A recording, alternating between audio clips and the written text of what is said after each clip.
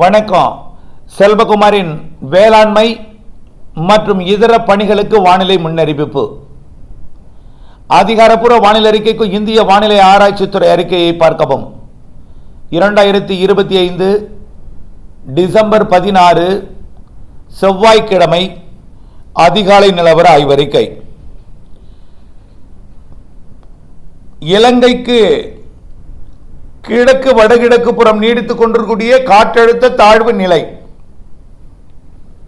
காற்று குவிதலை வட இலங்கையில் ஏற்படுத்திக் கொண்டிருக்கு. தொடர்ச்சியாக இது வட இலங்கைக்கு அடுத்தபடியாக ராமநாதபுரம் மாவட்டம் ராமேஸ்வரம் பகுதிக்கும் கோடியக்கரை முனைக்கும் மழைப்பிடிவை தொடக்கும். மயிலாடுதுறை மாவட்டம் வரைக்கும் முதல்ல காலையில் மழைப்பிடிவை தொடங்கினாலும் ஆனால் தொடர்ச்சியாக முன்னேறக்கூடிய மழை முதல்ல வேதாரண்யம் பகுதியில் கிடைக்கும். வேதாரண்யம் ராமேஸ்வரம் இலங்கைக்கு அடுத்தபடியாக. அதன் அடிப்படையில் இப்பொழுதே இந்த அதிகாலை நேரமே கோடியக்கரையில் மழை தொடங்கிவிட்டது. அந்த அதிகாலையில் கிடைக்கப்பெற்ற தகவலை பார்ப்போம். எப்படி மழை பெஞ்சதுன்னு கொஞ்சம் சொல்லுங்க சார். நேற்றுக்கு மழை சார் இரவு ஒரு 1:30 மணிக்கு நல்ல ஒரு பாட்டம் சார் மழை. அதன் பிறகு நைட் அப்படியே தூரிக்கிட்டு இருந்துச்சு. இப்ப காலையில அதிகாலையில மழை ஒரு மிதமான மழை பெஞ்சுக்கிட்டு இருக்கு சார். தண்ணி அப்படியே லேசா ஓடுற அளவுக்கு. Okay okay okay. இந்த மழை விடாது சார். உங்களுக்கு கோடியக்கரை முனையை பொறுத்த வரைக்கும் விடாது. படிப்படியாக நாகப்பட்டினம் மாவட்டம் முழுவதுமே தொடர்ச்சியாக மழை இருந்து கொண்டே இருக்கும். இன்னைக்கு தொடர்ச்சியாக மழை இருந்துகிட்டே இருக்கும். மாணவர்களுக்கு குடையெல்லாம் வச்சு எடுத்துகிட்டு சொல்லுங்கள். வேற ஒன்றும் வேண்டாம். மெசேஜ் போடுங்க, அவ்வளோதான். என்ன ரெஸ்ட்டும் அவ்வளோ தொடர்ந்து மழை இருந்துகிட்டே தான் இருக்கும். இன்னைக்கு விட்டாலும் மழை வரும், வந்தாலும் விட்டாலும் மறுபடியும் மழை இருந்துட்டு தான் இருக்கும். இன்னைக்கு முழுக்க இன்னைக்கு இருக்கும். ஆனால் பெருசாக பாதிக்கிற மழை இல்லை. மழை இருந்துகிட்டே இருக்கும். மழை மிதமாக இருந்துகிட்டே இருக்கும். சில சமயத்தில் கனமாக இருக்கும், அப்புறம் தீவிரம் குறைஞ்சி லேசாக இருக்கும், அப்புறம் தூரலாக இருக்கும், அப்புறம் மிதமாக இருக்கும், அப்புறம் திடீர்னு கனமாக பெய்யும், அப்புறம் லேசாக விடும்.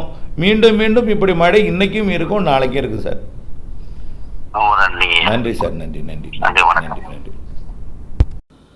ஆக கோடியக்கரை முனையில் இப்படி மழை தொடங்கி இருக்கிறதை தகவல் கிடைக்கப்பட்டிருப்பதை நீங்கள் அறிவீர்கள். வரக்கூடிய மணி நேரங்களில் பொழுது விடியும் நேரத்தில் இன்னும் கொஞ்சம் கோடியக்கரையில் நல்ல மழைப்பொழிவு கிடைக்கும். கோடியக்கரை கிடைக்கக்கூடிய மழை படிப்படியாக வேதாரண்யம் ஒன்றியத்திற்கே கிடைக்க தொடங்கினோம். அப்படியே மிதமான மழையாக பெய்ய தொடங்கினோம். வேதாரண்யம் கோடியக்கரைக்கு அடுத்தபடியாக அகசியம்பள்ளி, கடினல் வயல், வேதாரண்யம், அதற்கப்புறம் அப்படியே பார்த்தீங்கன்னா தோப்புத்துறை, நெய்விளக்கு, கருப்பம்பலம், இப்படியே கொஞ்சம் கொஞ்சமாக வடக்கு பகுதியை நோக்கி முன்னேறும். பிறகு பார்த்தீங்கன்னா தலைஞாயிறு ஒன்றியம் ஃபுல்லாகவே தொடங்கினோம்.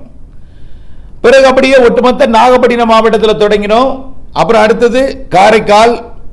காரைக்காலுக்கு தொடங்குவதற்கு முன்பாகவே திருவாரூர் மாவட்டம் தொடங்கினோம். முதல்ல திருவாரூர் மாவட்டத்தில் தொண்டியக்காடு, கரையங்காடு, கற்பகநாதர்குளம், அப்படியே எக்கல், மேலமருதூர் போன்ற பகுதிகளுக்கு இன்றைக்கு காலையே தொடங்கும் மழை. அதனைத் தொடர்ந்து அப்படியே துருத்துறைப்பூண்டி ஒன்றிய பகுதிகளுக்கும், பிறகு முத்துப்பேட்டை ஒன்றிய பகுதிகளுக்கும், பிறகு அப்படியே கோட்டூர் ஒன்றிய பகுதிகளுக்கும், பிறகு திருவாரூர் மற்றும் திருக்குவளை ஒட்டியுள்ள திருவாரூர் ஒன்றியம் மற்றும் கோட்டூர் ஒன்றிய பகுதிகளுக்கும், பிறகு அப்படியே மயிலாடுதுறை மாவட்டமும் தொடங்கி மயிலாடுதுறை, திருவாரூர், தஞ்சாவூர் மாவட்டத்துக்கெல்லாம் இன்றைக்கு காலை 11 மணிக்குள்ள எல்லா இடத்துக்கும் தொடங்கினோம். ஆக முதல்ல மழை டெல்டாவின் கோடியக்கரை முனை என்று சொல்லியிருந்தோம், தொடங்கிருச்சு. அடுத்தபடியாக பார்த்தீங்கன்னா இது ராமநாதபுரம் மாவட்ட கடலோரத்தில் தொடங்குவது. பிறகு ராமநாதபுரத்தை ஒட்டியிருக்கூடிய புதுக்கோட்டை கடலோரம் தொடங்கும். எப்போ தஞ்சாவூர் தொடங்குதோ அப்போ புதுக்கோட்டையும் தொடங்கினோம். புதுக்கோட்டை மாவட்டத்துக்கும் மதியத்துக்குள்ளே தொடங்கிடும், 11-12 மணிக்குள்ளே தொடங்கிடும்.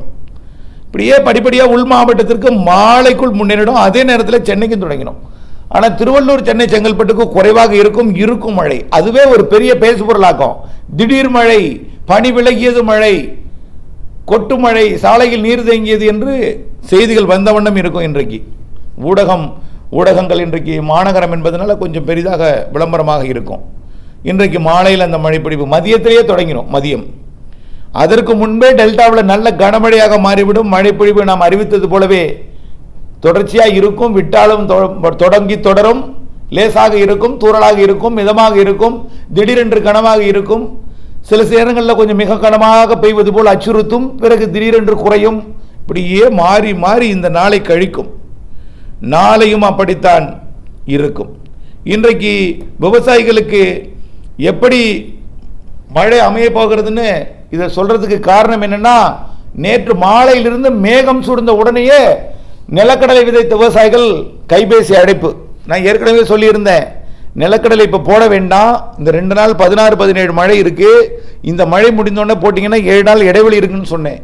நேற்றுக்கு கடுமையான கைபேசி அழைப்புகள். ஆகவே வானிலையில் இப்படி நடக்கலாம் என்று சொல்லிக் கொண்டிருக்கும் பொழுது கொஞ்சம் யோசித்து தான் போடணும். என்னை பொறுத்த வரைக்கும் சொல்வதை மட்டுமே நான் என்னால் செய்ய முடியும். உங்கள் விருப்பத்துக்கு நான் விட்டேன் அப்போவே. ஆகவே இது எனக்கு எந்த பிரச்சனையும் கிடையாது.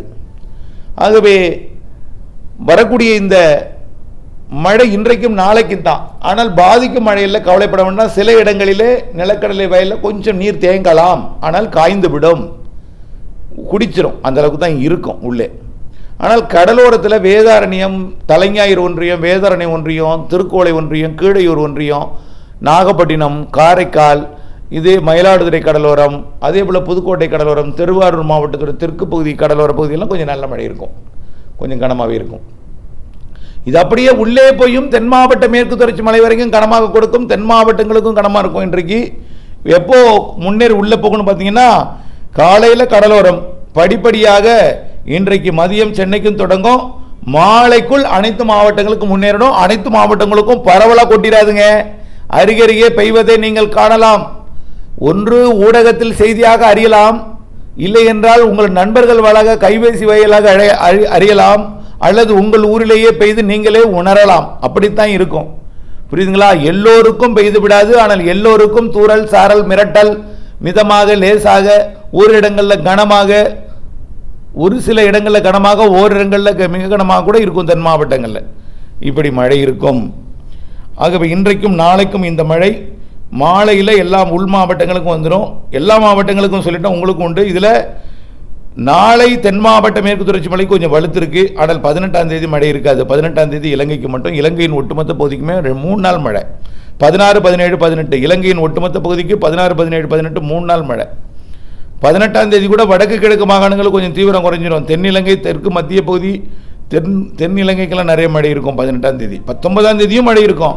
இங்கே அந்த தென்கோடியில் கம்மந்தோட்டா, இந்த அம்பாறை, இந்த பகுதி. ஆகவே இந்த மழை ஏற்கனவே நிலக்கடலை விதைத்திருக்கக்கூடிய விவசாயிகளுக்கு அச்சம் மூட்டினாலும், ஒரு சில இடங்களில் கனமாக இருந்தால் கொஞ்சம் நீர் தேங்கலாம், மணல் பாதிப்பு இல்லாமல் காய்ந்து விடும் போல் தான் தெரிகிறது. அதனால் கவலைப்பட வேண்டாம்.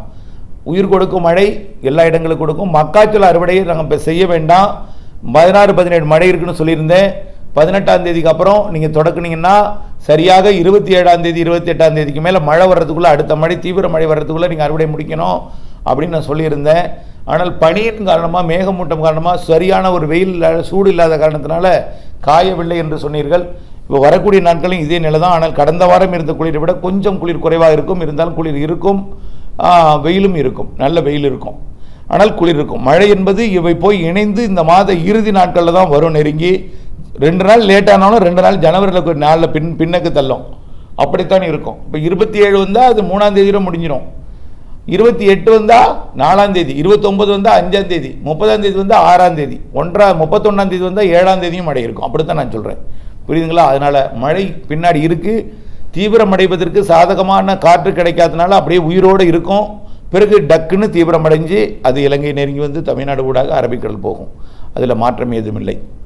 இதுதான் விவசாயிகளுக்கு எல்லோருக்கும் இது பொருந்தும். யார் பில்லர் போடுறீங்களா, இன்றைக்கி நாளைக்கு கொஞ்சம் அச்சுறுத்தல், அதுக்கப்புறம் போடலாம். நிலக்கடலை விதைப்பா, இன்றைக்கி நாளைக்கு அச்சுறுத்தல், அதுக்கப்புறம் 27ஆம் தேதிக்குள்ளே உங்களுக்கு முளைப்பு திறன் வருமாறு ஒரு 8 நாளாக நீங்கள் எடுத்துக்கணும், முழுமையாக எடுத்துக்கணும். அது லேட் பண்ணிங்கன்னா பின்னாடி மழை வந்துடும். அது வரை இருக்குது, பார்த்துக்கணும். அந்த நாள் 1 நாள் 2 நாள் தள்ளி போனாலும் கூட என்னை குறை சொல்லக்கூடாது. ஏனென்றால் தள்ளி போனால் போகலாம்னு சொல்லியிருக்கிறேன், அதையும் நீங்கள் வச்சுக்கணும், புரியுதுங்களா? ஆகவே 2 நாள் 28க்குள்ளே முளைப்பு திறன் வருமாறு போட சொன்னாங்க. ஆனால் நான் 2 நாள் லேட் ஆகிட்டு நான் போடாமல் நான் வச்சுட்டேன். ஆனால் இப்போ 29, 30 கூட மழை வரல. 31ஆம் தேதி தான் மழை வரும் போல தெரியுது. இந்நேரம் லேட்டாக போட்டிருந்தாலும் நேரம் 2 எல்லாம் வந்திருக்குன்னு கூட என்னை குற்றம் சொல்வீர்கள். அதுக்கு நான் பொறுப்பாக முடியாது. உங்களுடைய முடிவுக்கு நான் விட்டு விடுகிறேன். வானிலை என் கையில் இல்லை, வருவதை தான் கணிக்க முடியும். ஆனால் மழை குளம் நிரம்பும், எதிர்காலத்தில் உங்களுக்கு தேவையை நிரப்பும். ஆனால் வடகிழக்கு பருவமழை என்பது இப்பொழுதுக்கு பெய்கிற மழை தான். இதோட வடகிழக்கு பருவமழைங்கிற புள்ளி விவரம் நிறைஞ்சிடும். அப்புறம் வடகிழக்கு பருவ மழை தொடரும். புள்ளி விவரத்தில் குளிர்கால மழையாக ஜனவரி மழையாக வரும். இந்த மாத இறுதியிலையும் பெய்ய போகிற மழை வடகிழக்கு பருவமழையில் வரும். அது முன்கூட்டியே சரியாக அந்த 29, 30, 31 வருவது இதில் சேரும். ஆனால் அதிகமான மழை ஜனவரியில் இருக்கிறது என்பதை தெரியப்படுத்த விரும்புகிறேன். ஜனவரியில் இருக்கு, பொங்கலுக்கும் மழை இருக்கு என்பதை தெரியப்படுத்த விரும்புகிறேன். இப்பொழுது உங்களுக்கு சொன்னால் குளிர் வருகிறது, இவர் சும்மா ரீல் விடுறார், இவர் டுபாக்கூர், பனி வந்து விட்டது, மழை வராது, நாங்கள்லாம் எத்தனை ஆண்டுகளை நாங்கள் பார்த்துருக்கிறோம், இப்படியே சொல்லுவீங்க. அப்படியே சொல்ற வாய் அடுத்தது மாறும் பொழுது இப்படி பல வருடங்கள் மாறி இருக்கு, அந்த வருடம் மாறினுச்சு அப்படின்னு அதை மாற்றிக்கொள்ளக்கூடிய கூட உங்களுக்கு நினைவு இருப்பதில்லை. பொங்கல் வைக்க முடியாத அளவு கூட பொங்கல் வைக்க மழை பெய்திருக்கிறது. அறுவடை செய்யாமல் கூட அறுவடை எல்லாம் நிவாரணம் வழங்க பெறும் வகையில் எல்லாம் கூட சில ஆண்டுகள் பொங்கல் நேரத்தில் மழை பெய்திருக்கிறது. தை மாதத்தில் எல்லாம் மாசியில் கூட மழை பெஞ்சு அறுவடை பாதித்திருக்கிறது என்பதெல்லாம் உங்களுக்கு எல்லாம் தெரியணும். மழை இந்த வருடம் மழை இருக்கு, ஜனவரியில் இருக்கு நிறைய. ஆகவே அது நம்பிக்கையுடன் இருக்கலாம். ஆனால் இது அச்சுறுத்துவதன் என்பது நினைக்க வேண்டாம். திண்டுக்கல், திருப்பூர், கோயம்புத்தூர், ஈரோடு, சேலம் மற்றும் கரூர், புதுக்கோட்டை உள்பகுதி மற்றும் தேனி, நிலத்தடி மட்டம் உள்ளன. நீங்கள் இந்த மழையில் நிலத்தடி மட்டம் உள்ளாங்க, நிலத்துக்குள்ள தண்ணியை செலுத்தினாலும் நிலத்தடி மட்டம் உயரும். தயவுசெய்து புரிஞ்சுங்க, நிலத்தடி நீர்மட்டம் உயர்றதுக்கு இந்த மழை பொறுப்பாகாது. கருங்கல்லுக்குள்ள எப்படி நுழையும்? தேனி மாவட்டத்தில் நிலத்தடி நீர்மட்டம் உயரல, மழையே பெய்யலன்னு சொல்றீங்க. இந்த நிலத்தை உங்க ஊர்ல இந்த மழைக்கு தண்ணிக்குள்ள போகாது, கருங்கல்லுக்குள் போகாது. நீங்க இறக்குனா மட்டும்தான் போகும். ஆழ்துளை குணல்ல செலுத்தணும், காவிரியில் செலுத்தினா தேனி கூட போகும். புரிஞ்சுக்குங்க, மழை பெய்யறதுனால போகாது. ஏற்கனவே குளமிட்டு வச்சிருக்கீங்க, கருங்கல்லாம் இருக்கு, அதெல்லாம் புரிஞ்சுக்கணும். போகாது, உள்ள துளையிட்டு அனுப்பினால்தான் போகும். இருப்பதை உறிஞ்சியாச்சு, அதனால தான் பிரச்சனை. இருப்பதை உறிஞ்சாச்சுன்னா இருந்த இடத்துக்கு உறிஞ்ச இடத்திற்கு மீண்டும் செலுத்தணும் என்பதையும் புரிந்து கொள்ள வேண்டும். ஆகவே மழை இருக்கிறது. இந்த 2 நாள் மழை ஓய்ந்த பிறகு மீண்டும் குளிர் வரும். மாத இறுதியில் மழை இருக்கு. அது 2 நாள் தாமதம் இருந்தாலும் 2 நாள் பின்னாடி எடுத்துட்டு போகும். கண்டிப்பா மழை இருக்கு, நிகழ்வு இருக்கு. இந்த மாத இறுதி நாட்களில் வரும். ஜனவரியில் நிகழ்வு இருக்கு, பொங்கலுக்கும் மழை இருக்கு, அதற்கு பிறகும் மழை இருக்கு என்பதையும் தெரியப்படுத்த விரும்புகிறேன். இணைந்தே இருங்கள் அப்டேட்ஸுடன். நன்றி. உடனே இவர் எந்த மாவட்டம்னு சொல்லல, 19 சொல்லிட்டு இருக்காரு அப்படின்னா நல்லா புரிஞ்சுக்குங்க. தென் மாவட்டங்களுக்கு தான் பெரிதா பெய்யும். இப்போ எல்லாம் சூரியன் குத்துக்கதிர் தெற்க போயிடுச்சு. நான் இப்போ எங்கே போயிட்டு இருக்கேன்? ஆரம்பத்தில் தான் வடக்க பெய்யும், ஆந்திராவில் பெய்யும், அப்புறம் வட தமிழ்நாடு பெய்யும் சொல்லிட்டு இருக்கான். வடக்கேயும் பெய்யும். நான் வடக்கை ஏதோ பெய்து பாதிப்பை ஏற்படுத்தி விடுமோ என்று அச்சப்படுத்துவதாக நீங்கள் நினைக்கிறீங்க. சிலருக்கு மழை பெய்யும் என்றால் குளம் நிரம்ப வேண்டும் என்று சொன்னால் அவர்கள் வரவேற்கிறார்கள். அவர்களுக்கு மழை தேவையில்லை என்றால் அச்சப்படுத்துவதாக நீங்கள் நினைக்கிறீர்கள். ஆக நான் என்ன சொல்ல, ரகசியமாக 2ஆக பிரித்து அறிக்கையும் போட முடியாது. ஆகவே உள்ளதை தான் சொல்ல முடியும். ஆகவே நீங்கள் தான் புரிந்து கொள்ள வேண்டும்.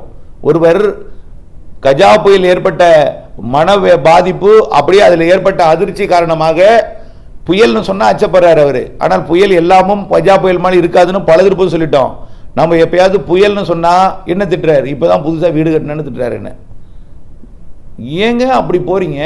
நான் அனுபவப்பட்ட உண்டு. அவர்கள் இப்போ திட்டிட்டு என்ன செஞ்சிருக்காங்க? தப்பு பண்ணிட்டோம், சாரை தெரியாம திட்டோம் அப்படின்னு கூட மனவேதனைப்பட்டு கொண்டிருக்கிறவரும் இருக்கிறாங்க. அதனால அந்த மனவேதனைப்பட்டவங்களுக்கு ஒரு திட்டமும் திட்டினா நான் எப்போதுமே மீண்டும் அவங்கள்ட்ட போகவே மாட்டேன். எவ்வளவோ பேர் என்ன திட்டிருக்கீங்க, என்னுடைய காலம் இப்படி ஆகிவிட்டது, அதுதான் வேற ஒன்றும் இல்லை. ஆகவே புயல் எல்லாமே கஜா புயல் ஆகாது. அந்த கஜா புயலையும் நானும் தான் சொன்னேன். இந்த புயலும் கடக்காது, அச்சப்பட வேண்டாம், தேவையில்லாத முன்னெச்சரிக்கை எடுக்க வேண்டாம்னு தான் நான் சொல்லிட்டு இருக்கேன். புயல்னு சொல்ல நீங்கள் அச்சப்படுறதுக்கு நான் என்ன பண்ணுறது? ஆகவே குளம் நிரம்புவதற்கு குரம் நிரம்பும் என்று கேட்டுக்கொண்டிருப்பவர்களும் மழை வரும் என்று தான் சொல்ல வேண்டும். அப்போ நிலக்கடலை போட்டவர்களுக்கு மழை வரும் என்று சொன்னால் அச்சமாக இருக்கிறது. ஏரி குறுத்து பிடிக்க தண்ணி இருக்கிறவங்களுக்கு மழை வரும் என்று சொல்ல அச்சமாக இருக்கிறது. அவர் என்னை திட்டக்கூடாது. அப்படித்தான் இருக்கிறீர்கள். என்ன செய்ய? சற்றே என்னிடத்தில் இருந்து பார்த்தால் உங்களுக்கு புரியும் என்பதை அன்போடு தெரியப்படுத்த விரும்புகிறேன். இணைந்திருங்கள் அப்டேட்ஸுடன். நன்றி.